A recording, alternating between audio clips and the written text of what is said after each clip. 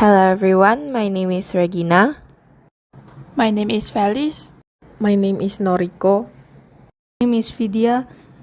Let's be honest, everyone loves Chinese Indonesian food. Bakmi, lumpia, capcay, we grew up on this stuff. But behind every plate is a story, a migration, a struggle, a family recipe passed down. Today we are not just talking about food, we are talking about identity, history, and growing up Chinese in Indonesia, specifically in Medan. Today, you're listening to the Diaspora stories of Chinese Indonesian. Hope you enjoy it. What is actually the Chinese diaspora, and why is it so important to know it? So, the Chinese diaspora refers to Chinese people who have migrated from China and settled in other countries around the world. Along with their descendants, it includes both recent immigrants and communities that have been abroad for generations.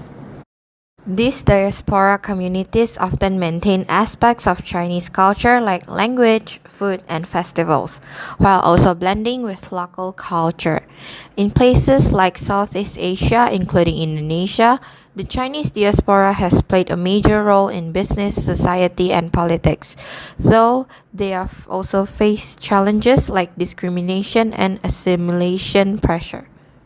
I think it's important to understand the Chinese diaspora because it helps us see how migration, identity, and culture shape societies, especially in countries like Indonesia, where Chinese communities have contributed deeply to the economy, food, and history, while also facing exclusions and stereotypes. Knowing this helps us appreciate diversity, challenge old biases, and connect better with our own roots or the communities around us. I totally agree too. A lot of us grew up enjoying the culture, the food, the tradition, but didn't always understand the deeper history behind it. When you start learning about the diaspora, you realize it's not just about where we come from, it's also about how we survive, adapted, and still shape the country we live in. We are Medanese Chinese, and in Medan, a lot of them trace their roots to Fujian or Hokkien and Guangdong, or Cantonese and Hakka. Medan was a major economic hub, so many Chinese migrants came for trade and labor opportunities. Medan Chinese culture is known for being proud and tightly knit people strongly identify as Tionghoa Medan. Medan had its own tension during the 1998 riots, but the Chinese community remained resilient. So now let's go around and share. What's our family migration story? Where did they come from and how did they build a life here, and a lot more. Segment 1. How our families got here. So, do you know which part of China your family came from? So, my mother said my great grandparents were Cantonese, but she doesn't know which part of China.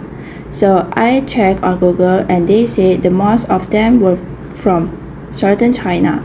Also, my mom said I'm real Cantonese because my father and my mother are Cantonese. I remember when my grandpa told me that he is Teochew people and my grandma is Cantonese. And later, they immigrated to Indonesia. But really, I am not sure where their origin was. To be honest, I'm not exactly sure which part of China my family came from. My parents never really talk about it much. I just know we're Kak, but they don't really talk about the village or province. All I know is my family has been in Indonesia for at least 3 or 4 generations. Sometimes I wonder what we lost along the way. I was told that my great-grandparents were originally from Fujian and had moved to Indonesia. However, Medan wasn't the first city they lived in.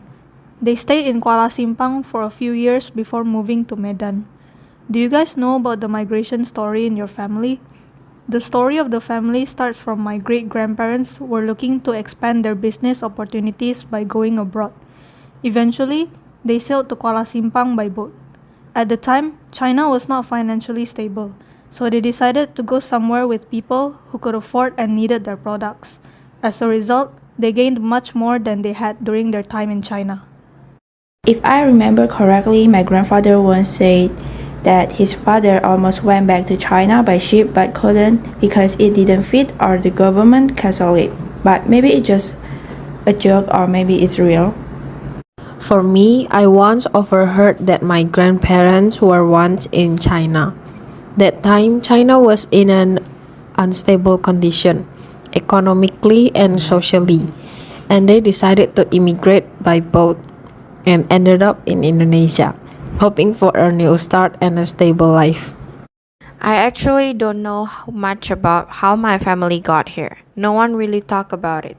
But what I do know is that my grandpa owned a small shipping business in Medan that is now being expanded to Aceh and Jakarta. He was already running it by the time my dad was a kid. We never really asked how it started. I kind of wish I had. But I remember seeing old photos of trucks that are used for shipping, and my dad used to say those trucks paid for your school. Segment 2. Medan-Style Chinese flavor. Let's talk about the part everyone loves, the food. Chinese cuisine in Medan isn't just food, it's heritage on a plate. Exactly. Where else can you get kway teow ateng, bihun bebek kumango, or bakmi hot seng at 10 at night? The flavors are bold, garlicky, and full of wok hei. And don't forget Jiong Fan, Sio Bak, Cha Sio, Lap Cheong, Lo Bak Go. There is Chinese influence in everything. Even dishes like kway teow siram sapi and ayam cha sio rice. And it's not just Hokkien cuisine. In Medan, you'll also find Teochew porridge, Cantonese dim sum, even Hakka-style dishes if you know where to look. Every stall and restaurant tells a story about migration, adaptation, and resilience. Food is memory. Segment 3. Challenges and resilience.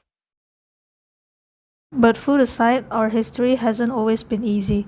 During the New Order, Chinese culture was suppressed. No Mandarin, no public celebration of Chinese New Year. My auntie said their Chinese name wasn't even used at school. She lived ashamed of their identity growing up.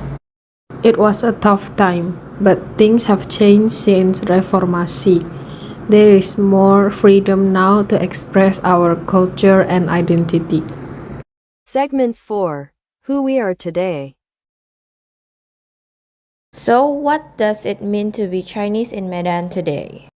For me, it's waking up to the smell of bak pao, calling grandma amma, and mixing Hokkien, Bahasa, and a little English in the same sentence. It's also being proud of where we come from, while embracing the fact that we're Indonesian too. Our culture is a blend. We are not outsider here. We helped shape this city from Pasar Petisa to Jalan Semarang. Chinese hand built a lot of what Medan is today. And that's why our story mattered, not just to us, but to the identity of this entire city. So, after sharing all these personal stories from our family's migration journeys to language, food, and identity, we realized that being Chinese Indonesian is not just about where we came from, but how we carry that heritage forward. Whether you grew up speaking Hokkien, celebrating Chinese New Year, or just learning your roots later in life, it all counts.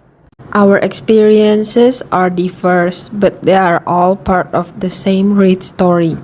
And by talking about them, we are not just preserving our culture, we are owning it, reshaping it, and passing it on. Thanks for listening, and we hope this could help you guys understand more about the Chinese diaspora.